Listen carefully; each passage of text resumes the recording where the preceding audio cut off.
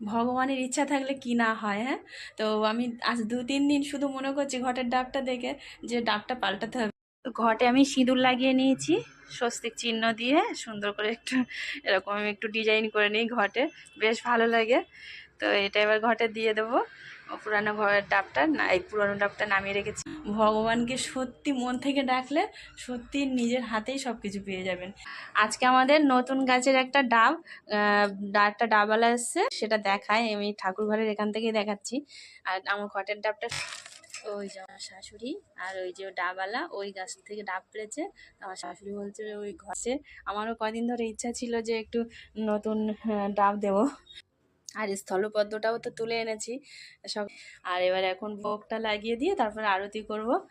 তো দেখুন নতুন ডাবটা দিয়ে একদম ঘটের সৌন্দর্যটা পাল্টেই গেছে, কি সুন্দর লাগছে না নতুন ডাবটা দিয়ে।